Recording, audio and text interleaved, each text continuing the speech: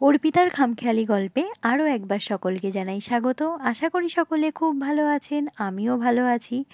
প্রচণ্ড গরমে যখন কিছুই খেতে ইচ্ছে করছে না, তখন পাতলাভাবে এই ডালটি তৈরি করে নিতে পারেন। আশা করি মুখে একটু হলেও রুচি আনবে। তাহলে সম্পূর্ণ ভিডিওটি দেখার অনুরোধ রইল। প্রথমেই আমি শুকনো খোলায় মুগ ডালটাকে হালকা ফ্রাই করে নেব। খুব সতর্কভাবে ফ্রাই করতে হবে যেন মুগ ডালটা পুড়ে না যায়। এটা কিন্তু সবার আগে খেয়াল রাখতে হবে, মুগ ডাল পুড়ে গেলে খেতে কিন্তু একদমই ভালো লাগবে না। শুকনো খোলায় মুগ ডালটা একটু ফ্রাই করে নেব যতক্ষণ না কালারটা চেঞ্জ হয়ে যাচ্ছে। দেখতেই পাচ্ছেন মুগ ডালটার কিন্তু কালার হালকা হালকা করে চেঞ্জ হয়ে আসছে।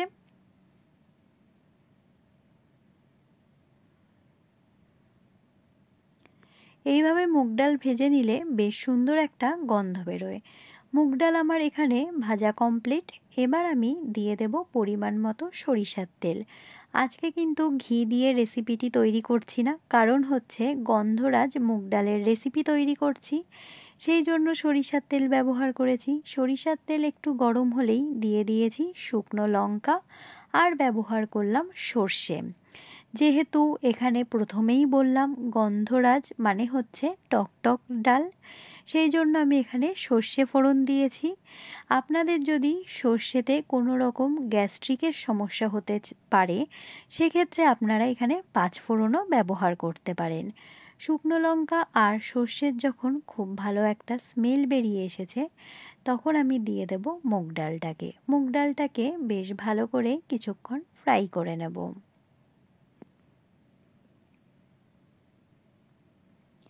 ডালের এই রেসিপিটি প্রচণ্ড গরমে আপনারা একবার বাড়িতে তৈরি করে দেখবেন, আশা করি সকলের খুব ভালো লাগবে। আমি তো বাড়িতে এভাবেই তৈরি করে নিয়েছি, সেটিই আপনাদের সাথে শেয়ার করছি। প্রচণ্ড গরমে এভাবে তৈরি করে নিলে বাড়ির সকলে তৃপ্তি করে খাবে। আমার বাড়ির সকলে তো বেশ মজা করেই খেয়েছে, সেই জন্য এই রেসিপিটি আমি আপনাদের সাথে শেয়ার করছি।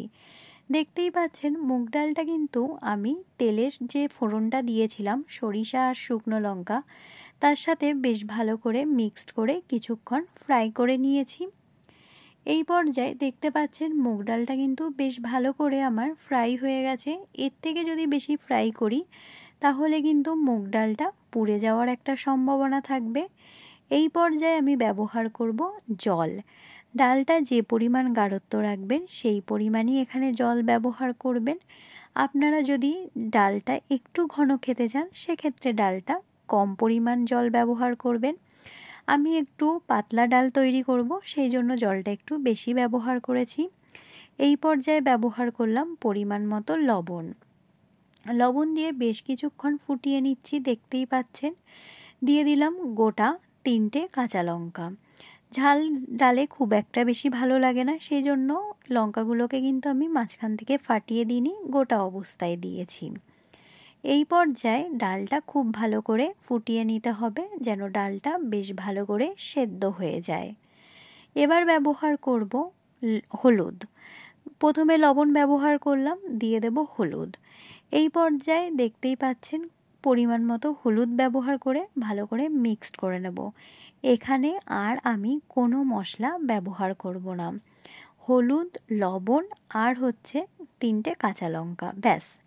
এইভাবেই আমি ডালটি তৈরি করব, একদম পাতলাভাবে। প্রচণ্ড গরমে এইভাবে একবার ডালটা তৈরি করে দেখবেন, বাড়ির সকলে তৃপ্তি করে খাবে। ডালটা যখন হালকা ফুটে উঠেছে তখন দিয়ে দেব গন্ধরাজ লেবুর, দেখতেই পাচ্ছেন ওপরের যে সবুজ অংশটা সেটা গ্রেটারে গ্রেট করে দিচ্ছি।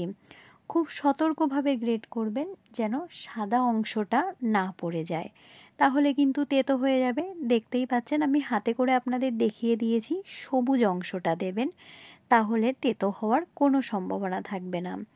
এই পর্যায়ে দেখতে পাচ্ছেন ডালটা কিন্তু বেশ ভালো করে কিন্তু ফুটে উঠেছে।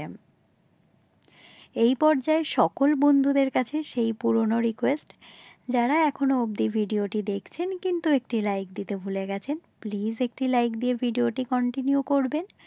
আপনাদের একটি লাইক কিন্তু আমার কাছে অনেক গুরুত্বপূর্ণ। এই পর্যায়ে দেখতে পাচ্ছেন ডালটা কিন্তু বেশ ভালো করে আমি ফুটিয়ে নিচ্ছি। আমার চ্যানেলে যতগুলো ডালের রেসিপি আছে আমি প্রত্যেকবারই বলি ডাল কিন্তু খুব ভালো করে জাল দিতে হবে, তাহলেই ডালের যে আসল স্বাদটা সেটা পাওয়া যায়।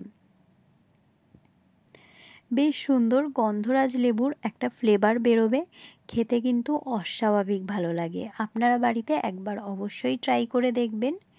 এই পর্যায়ে দিয়ে দেব যে স্লাইড করে গন্ধরাজ লেবুটা আমরা কেটেছি সেটার হালকা একটু রস, খুব বেশি দেবেন না, তাহলে হচ্ছে তেতো হয়ে যাবে। হালকা করে রস দেবেন, দেখবেন খেতে কিন্তু অনেকটা ভালো লাগবে আর খুব সুন্দর একটা স্মেল বেরোবে। এই পর্যায়ে আরেকবার একটু ডালটাকে ফুটিয়ে নেব।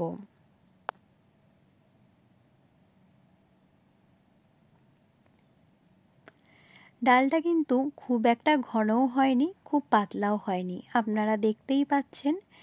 এই পর্যায়ে দিয়ে দেব হচ্ছে যে গন্ধরাজ লেবুর স্লাইডগুলো আমি কেটে রেখেছি সেগুলোকে। বেশিক্ষণ ডুবিয়ে রাখবো না, তাহলে তিতো হয়ে যাবে। অল্প কিছুক্ষণ দিয়ে দেব। ডালটা কিন্তু খেতে অস্বাভাবিক সুন্দর হয়েছে, আপনারা একবার বাড়িতে ট্রাই করে দেখবেন, আশা করি সকলের খুব ভালো লাগবে। এই পর্যায়ে আমি একটি পাত্রে সার্ভ করে নিয়েছি। আমার আজকের ভিডিওটি এটুকুই ছিল। কেমন লাগলো অবশ্যই কিন্তু কমেন্টের মাধ্যমে জানাবেন। ভালো লাগলে পাশে থেকে যাওয়ার অনুরোধ রইল।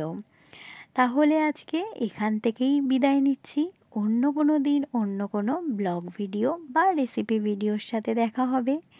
ততক্ষণ সকলে ভালো থাকবেন, সুস্থ থাকবেন আর অবশ্যই কিন্তু নিজেদের খেয়াল রাখবেন। সকলকে ভালো রাখার চেষ্টা করবেন।